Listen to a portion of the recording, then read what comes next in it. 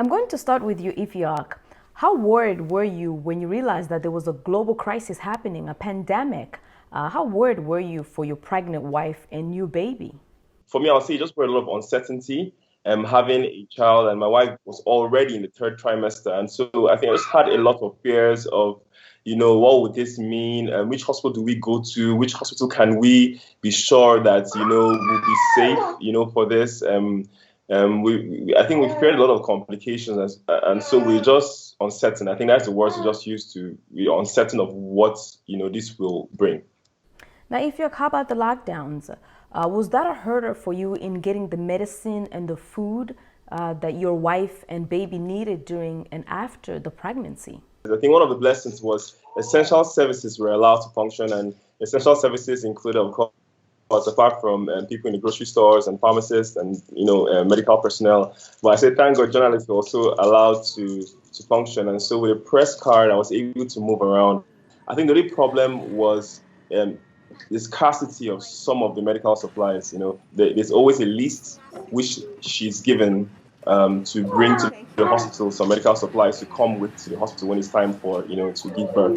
And I think at some point we went around from pharmacist to pharmacist to pharmacist trying to find a specific medical supply, and it was very hard to get it. I think we actually just went to the hospital hoping that while she's there, somebody else can run around and still go and check and find before the whole process is over. Yes. So now I'm going to turn to you, Mrs. Ettang.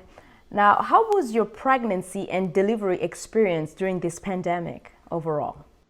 Okay, I would say my pregnancy this time was different from the first because this time around I had to wear my mask. I had to be extra careful going to the hospitals because I had fears and I wasn't sure about the sanitary level of the hospital. So I had to be careful, kept social distance. And for the delivery went well. I had my husband around and had my mother-in-law and my mom. They were all there.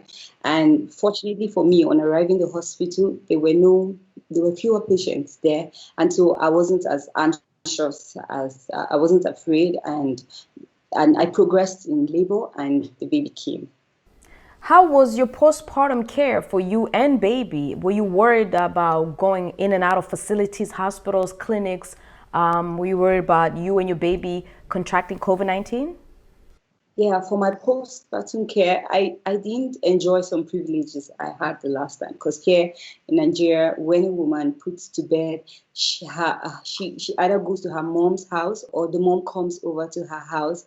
And so I didn't enjoy all of that because I had to just stay home with my husband, and he helped around take care of our son. I helped around take care of the baby, and also for the hospitals. Yes, I had I gave her all the vaccines she needed to get, but while going for those vaccines, I had fears because I felt I knew for sure there was a pandemic, but some people here felt it was all cooked up at the government, and they felt it wasn't real because other sicknesses are taking people down here much more than the COVID-19. So, well, I had to be extra careful.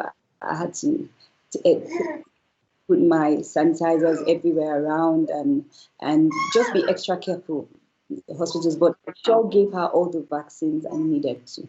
So what advice do you have for pregnant women at this time during this pandemic? What should they do? Okay, I would say they could avoid crowded areas for now. They could be careful and take all the precautionary measures that they have been outlined for them to take so they could keep the baby safe and themselves safe too. Nanbam, if you had to choose back then or even now, would you still decide to have a baby despite the pandemic? Yes, I will, because she gives me lots of joy and she's just been a blessing to us. So I will. You still have another one? Yeah. Well, guys, thank you so much for being with me. And of course, thank you to baby Deborah for participating and being with us. I appreciate it. Thank you. Oh, she said thank you. Thank you so much. Thank you very much.